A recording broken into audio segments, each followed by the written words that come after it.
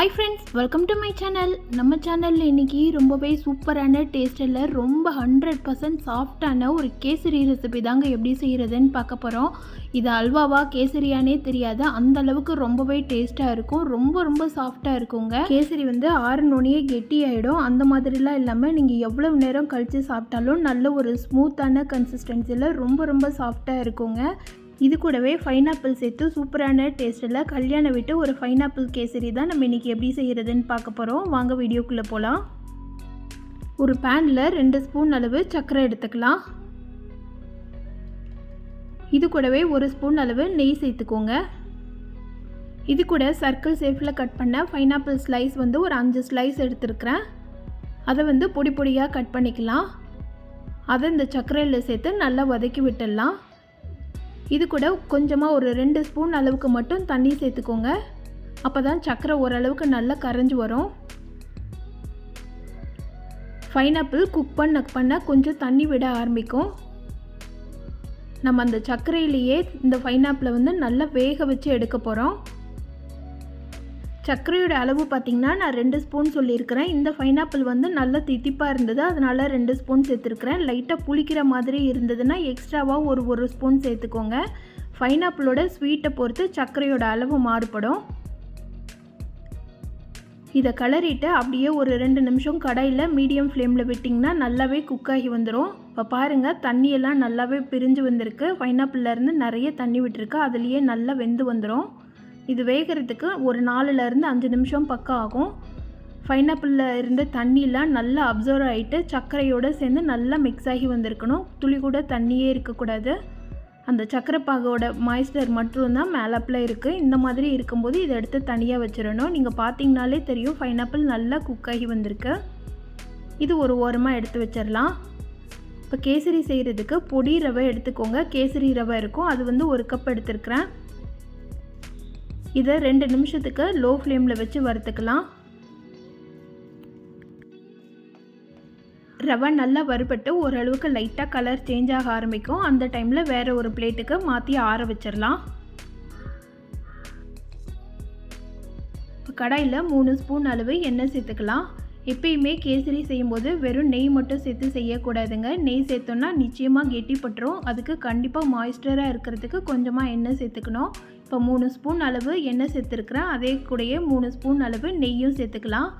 இது கூட try grapes கொஞ்சம் ஒரு கைப்பிடி அளவு எடுத்து வச்சுருக்கிறேன், அதை சேர்த்து வறுத்துக்கலாம். நான் இன்றைக்கி முந்திரி சேர்க்காம தான் செய்கிறேன். நீங்கள் வேணும்னா முந்திரி, பாதாம் இதெல்லாம் சேர்த்துக்கலாம். கிரேப்ஸ் நல்லா கலர் சேஞ்ச் ஆகி உப்பி வர ஆரம்பித்தோடனே நம்ம வறுத்து வச்சுருக்கிற ரவையை இது கூட சேர்த்துக்கலாம்.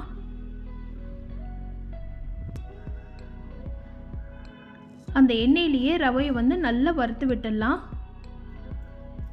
ஆல்ரெடி வறுத்த ரவைனாலும் நீங்கள் இந்த மாதிரி எண்ணெயில் சேர்த்து வறுக்கும் போது கேசரி நல்லா ஸ்மூத்தாக இருக்கும். எவ்வளவு நேரம் ஆனாலும் துளி கூட கெட்டியே படாது. ரொம்ப வேண்டாம், ஒரு நிமிஷத்துக்கு மட்டும் நல்லா வறுத்து விட்டுடுங்க. மீடியம் ஃப்ளேமில் வச்சு வறுத்துக்கோங்க.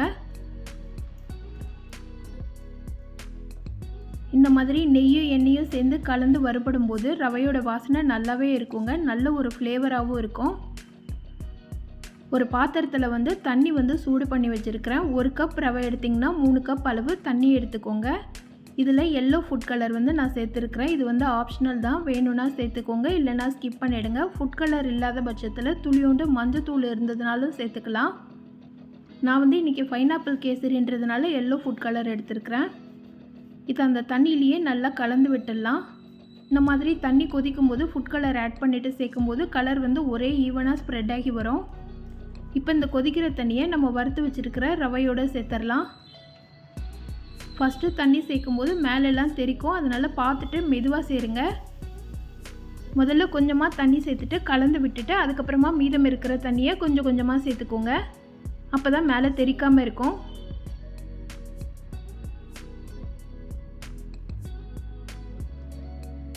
இப்போ எல்லா தண்ணியும் சேர்த்துட்டு நல்லா கலந்து விட்டுடலாம். சுடு தண்ணி சேர்த்ததுலேயே பார்த்திங்கன்னா ரவை 3/4 வாசி அளவு வெந்து வந்துடுங்க. இந்த டைமில் அடுப்பு மீடியம் ஃப்ளேமில் வச்சுக்கிட்டு நல்லா கைவிடாமல் கிளறி விடுங்க. கிளற ஒரு 2 நிமிஷத்துக்குள்ளேயே பார்த்திங்கன்னா ரவை நல்லா கெட்டிப்பட ஆரம்பிச்சிடும். பாருங்கள் எந்த அளவுக்கு நல்லா ஸ்மூத்தாக இருக்குன்னு சொல்லிட்டு. நல்ல அல்வாக்கெலாம் கலருவோம்ல அந்த மாதிரி நல்லாவே திரண்டு வர ஆரம்பிச்சிரும். நீங்கள் எந்த கடாயில் செஞ்சிங்கனாலும் இந்த மாதிரி செய்யும்போது கடாயில் ஒட்டவே ஒட்டாது, நல்ல ஸ்மூத்தாக இருக்கும். ரவை நல்லா கெட்டிப்பட்டதுக்கப்புறமா சர்க்கரை சேர்த்துடலாம். 1 கப் ரவைக்கு வந்து 2 கப் அளவு சர்க்கரை எடுத்துக்கோங்க. இது கூடவே ஏலக்காய் தூள் வந்து 1 ஸ்பூன் அளவு சேர்த்துருக்குறேன். இப்போ சேர்த்துட்டு எல்லாத்தையும் நல்லா கிளறி விட்டுடலாம். சர்க்கரை சேர்த்து கிளறும்போது கொஞ்சம் தண்ணி விட்ட மாதிரி இருக்கும், லிக்விட் ஆயிரும். அதனால் ஒன்றும் பிரச்சனை இல்லை. கிளற கிளற பார்த்திங்கன்னா நல்லா எல்லாமே மிக்ஸ் ஆகிட்டு திரும்ப கெட்டியாக ஆரம்பிச்சிரும். இப்போ பாருங்கள் எந்த அளவுக்கு நல்லா இலக்கம் கொடுத்து வருதுன்னு சொல்லிட்டு.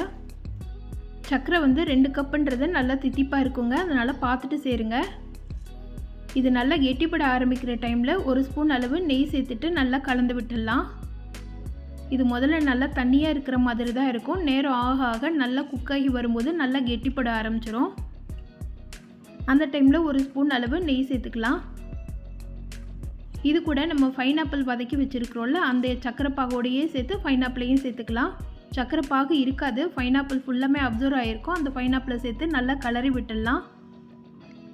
ரவை நல்லா கெட்டியானதுக்கப்புறமா தான் நீங்கள் கடைசியாக பைனாப்பிள் சேர்க்கணும். பைனாப்பிள் சேர்த்து ரொம்ப நேரம் குக் பண்ணோன்னா ஒரு மாதிரி கசப்பு தன்மை வந்துடும். அதனால் கடைசியாக இறக்குறதுக்கு முன்னாடி நீங்கள் பைனாப்பிளை சேர்த்துட்டு கலரி விட்டுட்டு கொஞ்சமாக தேவைப்பட்ட நெய் சேர்த்துக்கோங்க. எனக்கு நெய்யோட கன்சிஸ்டன்சி கரெக்டாக இருந்ததுனால நான் சேர்க்கலை. பாருங்கள், பார்க்கும்போதே தெரியும் எந்த அளவுக்கு நல்லா ஸ்மூத்தாக இருக்குதுன்னு சொல்லிட்டு. கரண்டியில் எடுத்து பார்த்திங்கன்னா அவ்வளவு அழகாக விழுதுங்க. என்னடா இவ்வளோ லூஸாக இருக்குன்னு நினைக்க வேண்டாம். கொஞ்சம் நேரம் ஆனோடனே கொஞ்சம் ஆறுனதுக்கப்புறமா பார்த்திங்கன்னா கரண்டியில் எடுக்கிற பக்குவம் வந்துடும். மிதமான சூட்டில் இருக்கும்போதே நல்லா கரண்டியில் எடுக்கிற பக்குவம் வந்துடும். இப்போ கேசரி நல்லாவே ஆறி வந்துருச்சு. பாருங்கள் எவ்வளவு ஸ்மூத்தாக இருக்குன்னு சொல்லிட்டு. கரண்டியில் எடுக்கும்போது கூட நல்லா கெட்டி இல்லாமல் அவ்வளவு சாஃப்டாக இருக்குது. இந்த மாதிரி மெத்தடில் நீங்கள் செய்யும்போது பிகினர்ஸாக இருந்தால் கூட சூப்பராக செய்யலாங்க. இந்த கேசரி கூட இந்த பைனாப்பிள், அதாவது சக்கரை பாகில் வெந்த பைனாப்பிளை சேர்த்து சாப்பிடும்போது அவ்வளவு அட்டகாசமாக இருக்கும். ஸ்வீட் பிடிக்கும்னா கண்டிப்பாக இந்த பைனாப்பிள் கேசரியை இதே மாதிரி மெத்தடில் செய்து சாப்பிட்டு பாருங்கள், ரொம்பவே சூப்பராக இருக்கும். இந்த டேஸ்டான பைனாப்பிள் கேசரியை நீங்களும் இதே மெத்தடில் செய்து பார்த்துட்டு எப்படி இருந்துச்சுன்னு சொல்லிட்டு கமெண்ட் பண்ணுங்கள். இந்த வீடியோ பிடிச்சிருந்ததுன்னா இந்த வீடியோவுக்கு லைக் பண்ணி சேனலை சப்ஸ்கிரைப் பண்ணிவிடுங்க. Thank you friends.